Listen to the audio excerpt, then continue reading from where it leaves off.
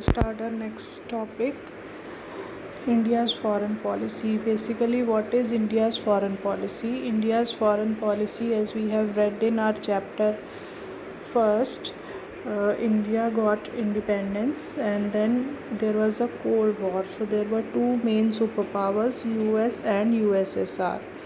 But India was not a part of anyone. So that why India did not want to be part of anyone, because that time only India got independence, so India did not want to be under any of the superpowers. So there were two main superpowers, US and USSR.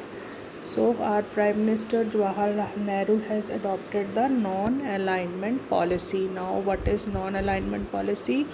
Already we have discussed in chapter 1, where we are away from both the superpowers.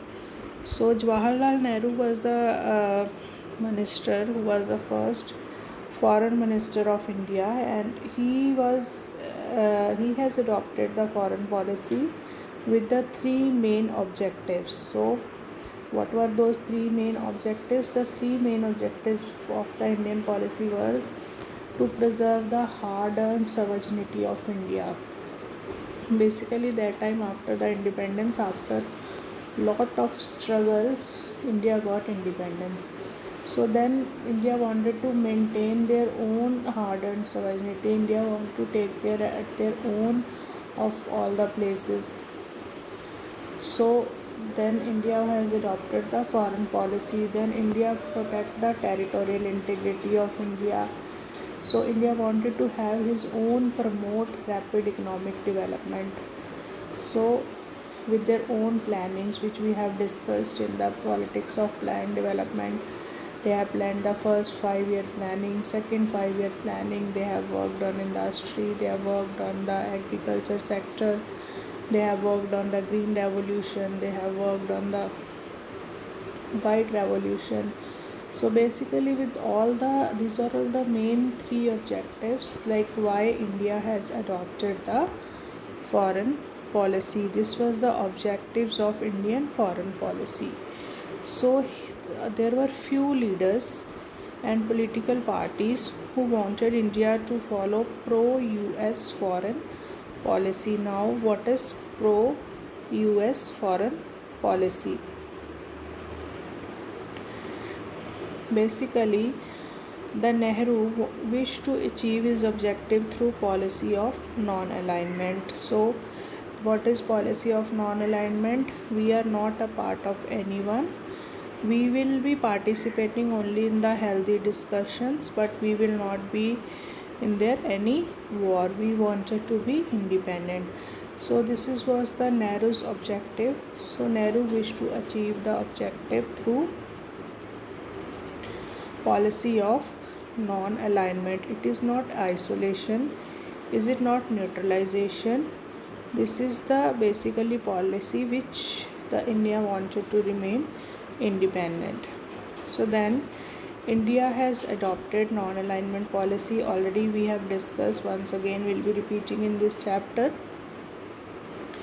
like keeping equal distance from the power blocks. What are those two power blocks? US and USSR. India wanted to be away from both the powers, and then India reduced the Cold War tensions. Why India reduced the Cold War tensions? India adopted because India was not a part of US. India was not a part of USSR. So automatically the tensions were reduced because India was his independent country. Then its contribution human resources to the UN peacekeeping operation, like India was a part of peacekeeping operation but not part of war. So this is what the India has adopted, the human resource to the UN peacekeeping operations. Then non-alignment movement, it was basically Afro-Asian conference was there at Bandung in 1955, where it was discussed about all the non-alignment movement, what will be there in the non-alignment movement. And the first NAM summit meeting was there in Belgrade in September 1961.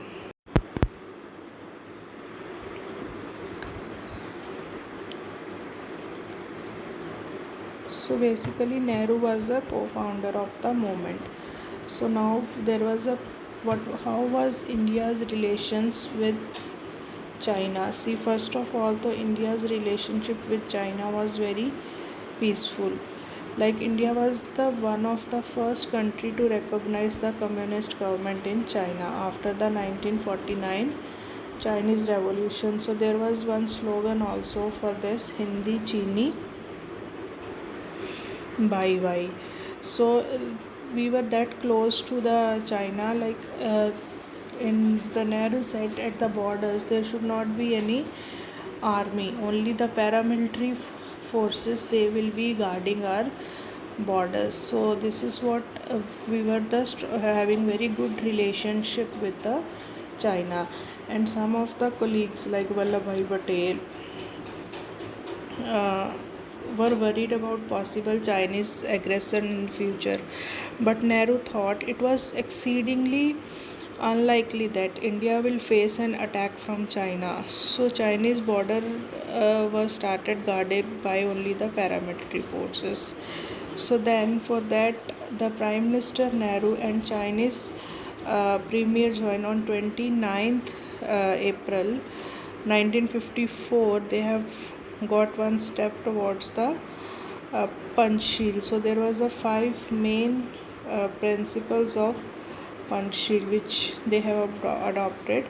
Like there was like mutual respect of each other. India and China, they'll be mutually respecting each other's. Both of them, they will be respecting each other's integrity and sovereignty.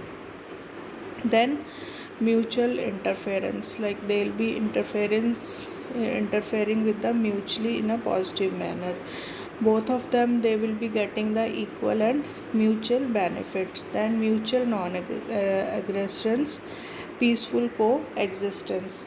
So this is what the 5 principles which, and then they'll encourage the settlement of all the international disputes by arbitration. So these are all of the things which the uh, under the this thing of 5 principles Panchsheel was signed between India and China. So it was signed on 22nd April 1954, where there was a mutual understanding on main 5 principles between India and China. Then again there were 2 developments which strained India and China's relationship. So one was the Tibet issue. Now what was Tibet issue? Basically the plateau of the Central Asia region, which was called Tibet, is one of the major issue, and it created a history for the tension between India and China. For time to time, as and when time was passing in the history, China had claimed the administrative control over Tibet, and from time to time, Tibet was independent too. So then, what happened in 1915? The China took over control of Tibet, and the large section of Tibetan population opposed the takeover. Then India tried to pursue the China to recognize Tibet claim for independence. So then when the Panchsheel agreement was signed between India and China in 1954, the one of its clause about respecting each other in territorial integrity and sovereignty.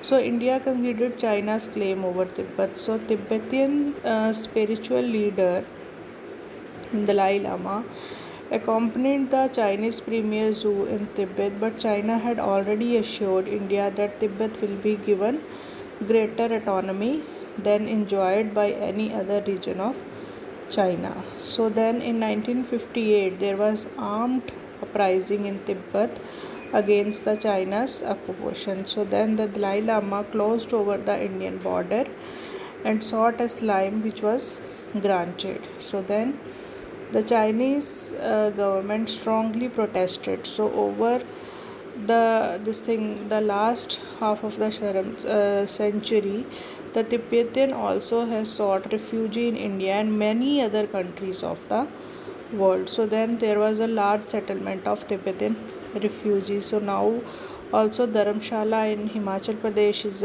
the largest refugee settlement of Tibetans in India.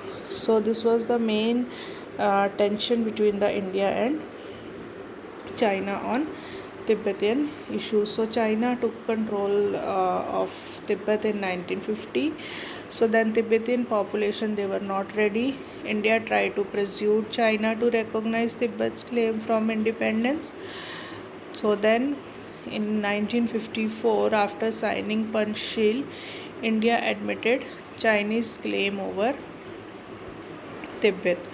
So then the Tibetan spiritual leader Dalai Lama again informed Nehru about worsening the situation. He said the situation is getting worse. So then China has assured that Tibet will be given the autonomy, Tibet will be given their own power. So Tibet will be independent. So then there was an armed uprising in Tibet against the China. So then the Chinese army suppressed the uprising. Then the Dalai Lama sought political asylum in India and it was granted. So Dalai Lama has made Dharamshala his home in India. So there number of refugees, they are settled over there. So then also the China was having problem for it. Then the China protested against this. So then there was a boundary dispute over it. Was a boundary dispute over in it. The China was not ready to accept colonial division of the boundary, where you can see the McMahon line is basically on the principles of highest bridge. Then China claimed excise in area in the Ladakh region of Jammu and Kashmir and the much of the Arunachal Pradesh. So then China occupied Aksai Chin, which is in Leh Ladakh area, built a strategic road there. So then there was a Chinese invention in 1962. On this, the China attacked Ladakh and Arunachal Pradesh, where you can see in your book. There was a complete newspaper cutting in your book. Chinese attack on both fronts. Forward post fall in Nifa, Ladakh after stiff fight, no military plans in operation. So all those things, the headlines of the newspapers. Then the Chinese army advanced nearly to the entry points of Assam Plain. So later unilateral ceasefire by the China, which you can see. So what was the result? What was the outcomes of Indo-China war? It dented the image of India at home and abroad. So national humiliation was also there for the Indians. This was the result. So what was the strength spirit of nationalism? Basically what gave the strength to the, so some of the top military officers, they resigned or they retired. The V.V. Krishna mentioned the defense also and the Nehru's image. So in nationalism there was first no confidence motion in the Lok Sabha. Then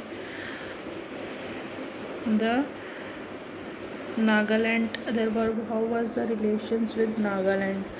Nagaland was granted the proper statehood with their own autonomies, and the Manipura and Tripura were given the rights to elect their own legislative assembly, which we have already read in the regional aspirations about the seven sisters. Then now let us discuss with the relationship between India and Pakistan. Everybody knows there is always conflict over the Kashmir between India and Pakistan. Then there was a war and peace with Pakistan. So what was the area of cooperation? So India had cooperated, like number of families, they were migrant from India to Pakistan and Pakistan to India. So there was a restored the women's abduction during the partition. Lots of women, they were got humiliated. They have lost their families. Then again there was a solved of river water dispute, whereas the Pakistan and India, they have signed the Indus Water Treaty. Then there is a conflict between the neighbors. Proxy war over Kashmir issue. This everybody is aware of the problems between India and Pakistan over the Kashmir issue. So what in 1965 there was an Indo-Pak war. In April, Pakistan launched arms attack in Rann of Kutch and in Gujarat. So then in September there was bigger offensive in Jammu Kashmir, counter offensive by Indian Army on the Punjab borders. So then the Indian Army reached close to Lahore. This was there in 19. So then after the ended the UN intervention, there was a Tashkent agreement. It was signed by Lal Bahadur Shastri and Ayub Khan. Then how was India's relations with Bangladesh? There was a war with Bangladesh in 1971. So then in 1970 Pakistan general election, Pakistan government was dominated by the leaders from the West Pakistan, and they were ill-treated the Bengali population of East Pakistan. So in 1970, what was the elections result? There were total 300 seats, and Pakistan's People Party, they got the 81 seats, and the political party of West Pakistan, the leader Zulfikar Ali Bhutto. Then there was one Awami League party with 160 seats. They won. Then there was the political party of East Pakistan leader Mujib-ur Rahman. So then Pakistan rulers that time, they were not ready to accept the democrat verdict. They want to have monarchy. They want to have the single person ruler. They were not readily accepting the democracy. So then the Pakistani army arrested Sheikh Mujibur Khan and unleashed a reign of terror in East Pakistan. Then the people of East Pakistan, they started a liberation struggle.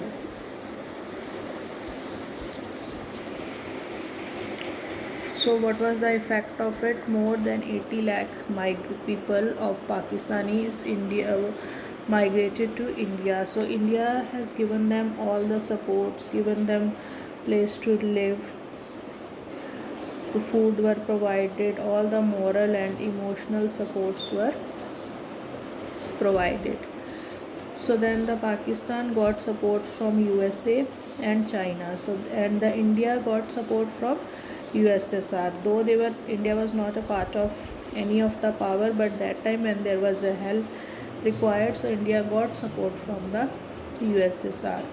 So then what was the result of it? In 1971 December, there was a full-scale war started between India and Pakistan, and India got support from the people of East Pakistan. Why India got support from the people of East Pakistan? Because India has helped them when they were coming towards the India. That's what the people of East Pakistan were supporting to India. So then the Indian army made a rapid progress in the East Pakistan. Within 10 days, Indian army has surrounded Dhaka. About 90,000 Pakistani soldiers, they surrendered. So then that way India won the war. So then in 3rd July there was a agreement between Indira Gandhi and Zulfikar Ali Bhutto. The name of that was.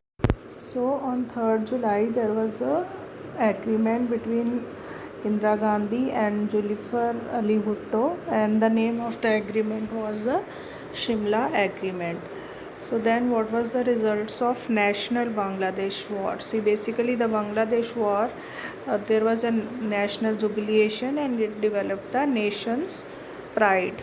So then because of this, Indira Gandhi, her popularity was increased because she has done the agreement. Then the Congress won many states legislative elections. So then there was a derailed 5 years planning. 5 years planning, what is 5 year planning? Already we have completed in the previous chapter, where the focus under first 5 year planning, the focus was on agriculture and then it was on the industry. So then finally India's nuclear policy. What is India's nuclear policy? Under this, India did so many operations. So Nehru was the person who was believing in science and technology should rapidly increase in the modern India, and atomic energy also should be done for the peaceful purpose. So then it pleaded for the universal nuclear disarmament. So Homi Ji Bhabha, he was the chief architect of India's nuclear test. He has played an important role. So then China has conducted the nuclear test in 1964, and then the 5 permanent members of UN Security Council were the 5 nuclear powers. So then the UN Security Council tried to impose non-proliferation treaty.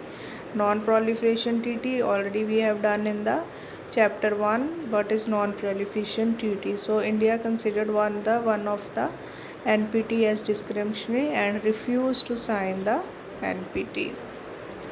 So then after that, in May 74, there was a Buddha Smiles, the first nuclear test by India. Then in May 1998, there was again one test. So then maintained the India's nuclear policy has maintained the nuclear deterrent. They did not use the first and non-use of non-nuclear countries, and it was desired a nuclear free world. Thank you.